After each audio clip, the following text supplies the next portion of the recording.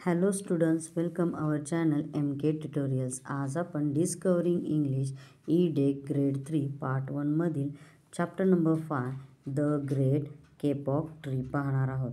चला तर मग सुरुवात करूया न्यू वर्ड्सने. First, whispers. विस्पर्स म्हणजे काय तर कुजबुजणे. सॉफ्ट अँड लो साऊंड, मऊ आणि कमी आवाज.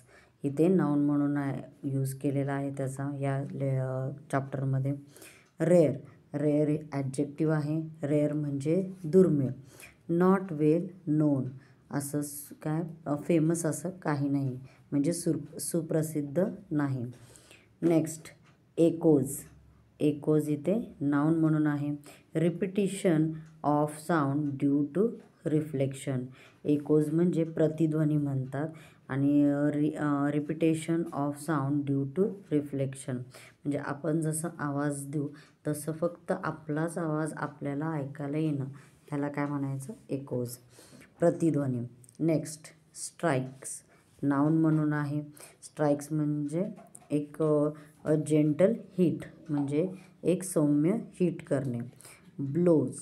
नाउन म्हणून आहे. पॉवरफुल स्ट्रोक्स म्हणजे एक असं पॉवर देऊन, पॉवरफुल म्हणजे एकदम शक्तिशाली असं स्ट्रोक देणे, मारणे. Next, plead. प्लीड म्हणजे काय तर टू रिक्वेस्ट, याचिका. प्लीड म्हणजे याचिका आणि टू रिक्वेस्ट कळकळीने विनंती करणे, खूप म्हणजे विनंती करणे. सेंट. नाउन म्हणून आहे इथे. स्मेल. ओके स्टुडंट्स, तुम्हाला हा न्यू वर्ड समजले असतील. चला तर मग आपण नेक्स्ट ह्याच्याकडे वळूया. डिड यू नो, तुम्हाला माहीत आहे का, the kapok tree can reach 230 feet in height and can live up to 300 years. हे जे केपॉक ट्री आहे हे 230 feet हे उंच पोहोचू शकते आणि ते 300 years जगू शकते. Next, the kapok silk fibre is 8 times lighter than the cotton fibre. हे जे केपॉक ट्रीचं जे सिल्क निघतं आहे, जे फायबर निघतं, धागा निघतो आहे, हा धागा कॉटन फायबरच्या धाग्याच्या मानाने कसा आहे तो 8% हलका आहे.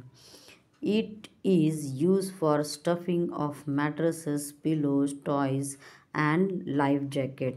आणि हा जो केपॉक ट्रीचा जो धागा निघतो आहे तो कशासाठी उपयोग केला जातो तर गाद्या, उशा आणि खेळणी आणि लाईफ जॅकेट भरण्यासाठी.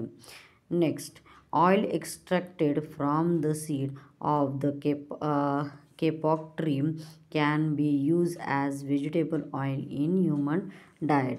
हे जे केपॉक ट्रीचे जे बिया असतात त्या बियांपासून काढलेलं जे तेल असतं ते वनस्पती तेल म्हणा, ते वनस्पती तेल हे ह्युमन डाएटमध्ये वापरलं जातं. चला तर मग चॅप्टरला सुरुवात करूया. The great kapok tree. आता हे आपण एखादा स्किट किंवा ड्रामासारखी ही आहे ना काय चॅप्टर आहे, तर आपण सुरुवात करूया. Narrator. Long ago, two woodcutters live in Brazil. They decided to go to a forest to cut the tree. हे जे नरेटर आहे हे काय म्हणतोय, म्हणजे नरेटर म्हणजे कोण असतो की जेव्हा आपली स्क्रिप्ट चालू होते किंवा ड्रामा चालू होतो तर ह्या ड्रामाबद्दल एक्स्ट्रा माहिती सांगणारा पर्सन त्याला म्हणलं जातं. तर तो काय सांगतोय की फार वर्षापूर्वी ब्राझीलमध्ये 2 वुडकटर राहत होते आणि त्यांनी काय डिसाईड केलं की आपण आहे ना जंगलात जायचा त्यांनी निर्णय घेतला. आणि ते कशासाठी तर कट द ट्रीज, जंगलातले झाड तोडण्यासाठी. First woodcutter. Let us go to the forest tomorrow and cut some trees. We will sell the wood and get money. आणि मग पहिला जो वुडकटर होता तो काय म्हणतो की चला उद्या जंगलात जाऊया आणि काही झाडे तोडू आणि ते झाडे तोडलेले जे लाकूड आहे ते विकून आपण काही पैसे मिळवू. Second woodcutter. You are right, let us go. दुसरा वुडकटर काय म्हणतो, हो बरोबर आहे, चला जाऊया. Narrator. The next day they enter the forest. The forest is alive with the sound of different kind of birds and animals. The forest is full of big trees. आणि दुसऱ्या दिवशी तो नरेटर येऊन आपल्याला काय सांगतो की दुसऱ्या दिवशी हे दोन्ही वूडकटर कुठे फॉरेस्टमध्ये गेले आणि त्यांनी पाहिलं की विविध प्रकारचे पक्षी आणि प्राण्यांचा त्या जंगलात आवाज येत होता. आणि ते जंगल कसं वाटत होतं, एकदम sound of different kind of animals and birds आवाज येत होता. The forest is full of big trees. आणि त्या फॉरेस्टमध्ये खूप मोठे झाडांनी भरलेलं होतं. चला तर मग नेक्स्ट पेजकडे वळूया. First woodcutter, wow, there are so many trees here, look at that big tree, we will cut that.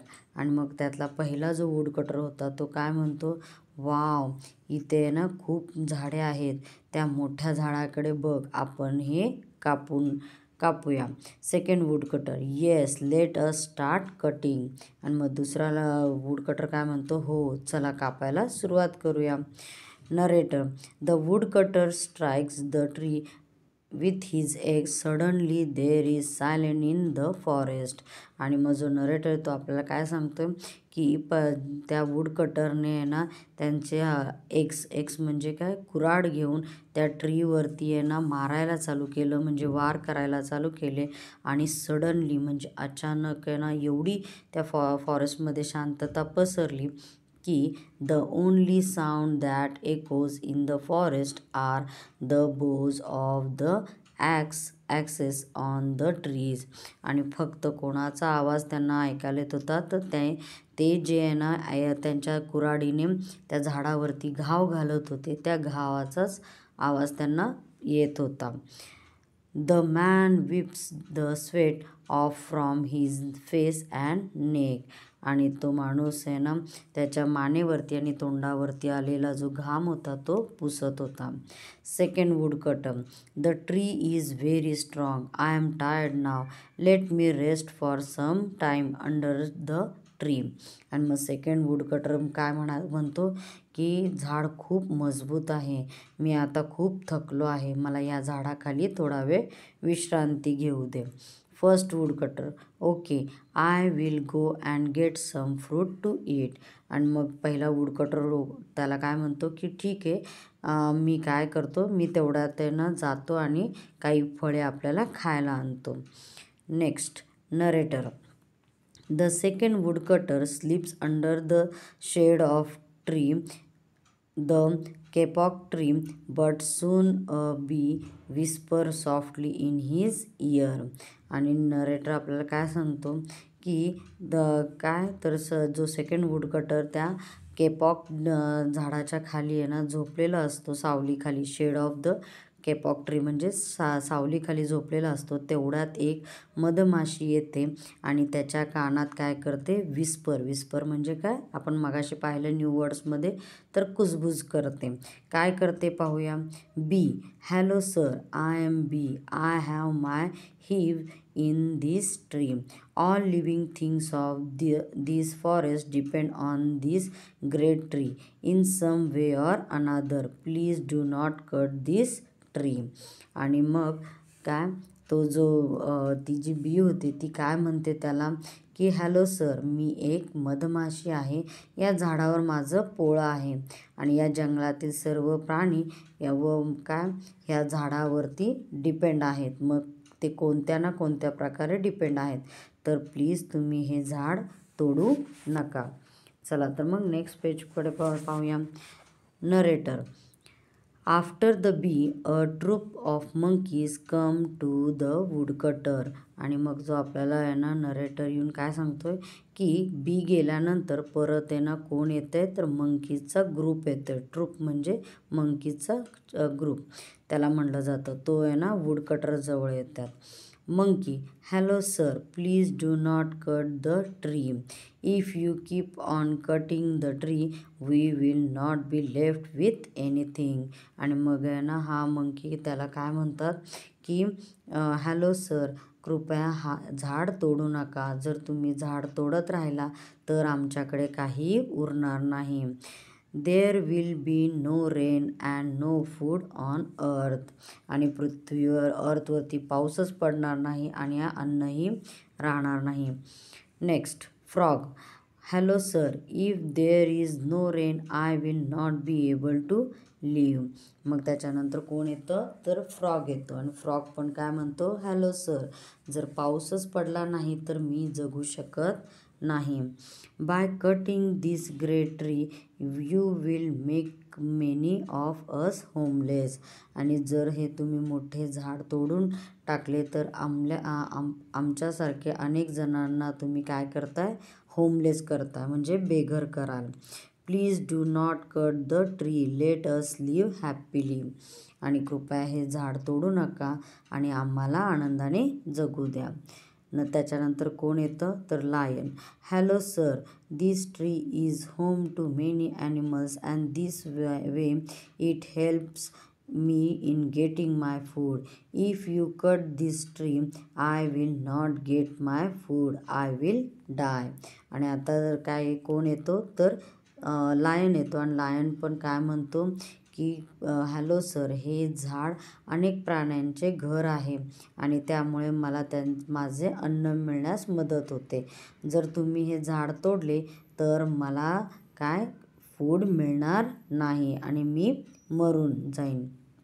Next कोण येतं, bear. Hello sir, I live in this forest. Do you know what we need to leave?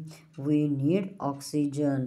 आणि आता beer काय म्हणतो तर hello sir, मी या जंगलात राहतो. आपल्याला जगण्यासाठी काय आवश्यक आहे हे तुम्हाला माहीत आहे का? आपल्याला ऑक्सिजनची आवश्यकता असते.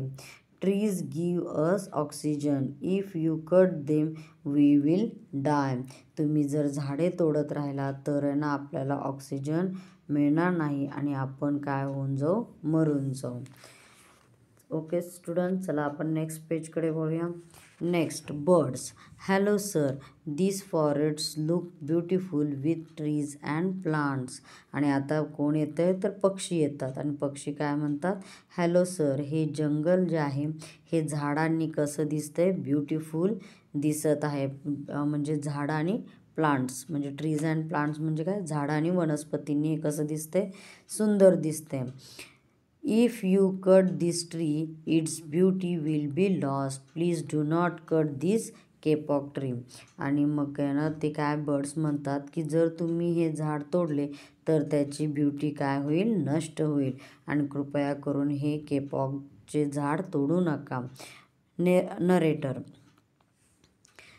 In this way, so many animals come up to the woodcutter and plead with him not to cut the great kapok tree. Suddenly, the woodcutter wake up. आणि काय होतं, जो नरेटर आहे आपल्याला काय सांगतोय की बाबा अशा प्रकारे बरेच जण ॲनिमल्स येतात आणि त्या वुडकटरला सांगतात की तुम्ही आहे ना, आणि रिक्वेस्ट करतात कळकळीची की तुम्ही हा केपॉक ट्री तोडू नका. आणि तेवढ्यात त्यांना काय होतंय, सडनली द वुडकटर वेकअप. आणि मग तेवढ्यात हा जो वुडकटर होता तो जागा होतो. Before him is standing a forest boy and all around him the animal and birds living on that tree.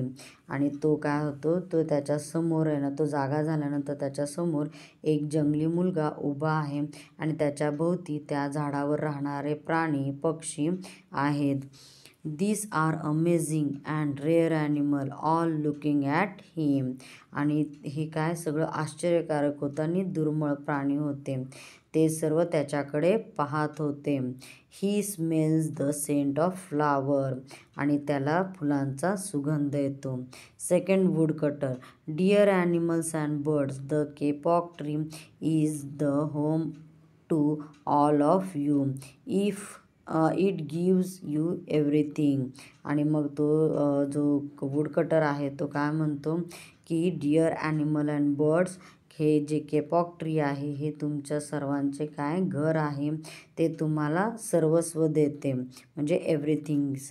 आणि मग काय, हे तुमचे लाईफ आहे म्हणजे तुमचे जीवन आहे. तर so I have made a decision, आणि मग म्हणून मी एक निर्णय घेतो. I will not cut this great tree great tree. आणि मग आहे ना तो काय म्हणतो की मी हे जे मोठं जे झाड आहे ते तोडणार नाही. Narrator. The woodcutter stand up, drop his axe and slowly goes back home. Everyone in the forest is happy. आणि मग नरेटर येऊन काय आपल्याला सांगतो की लाकूड तोडा काय करतो, उभा राहतो, त्याची कुऱ्हाड खाली ठेवतो आणि हळूहळू तो घरी परततो. आणि जंगलातील प्रत्येकजण कसे होतात, हॅपी होतात, आनंदी होतात. आणि हे जे ना स्क्रिप्ट लिहिली आहे किंवा हे जे ड्रामा लिहिला आहे कोणी लिहिला आहे, तर लिन चेरी यांनी. आणि simplify the great kapok tree. आणि हे कुठून घेतले, म्हणजे सरळ ह्याच्यातून, तर द केपॉक ट्रीच्या ह्याच्यातून घेतले आहे. आय होप स्टुडंट्स तुम्हाला हे माझे व्हिडिओ आवडत असतील. जर हे असेच व्हिडिओ तुम्हाला आवडत असतील तर माझे चॅनलला लाईक करा आणि हे जे व्हिडिओ आहेत ते तुमच्या एकमेकांमध्ये शेअर करा. Okay students, thank you.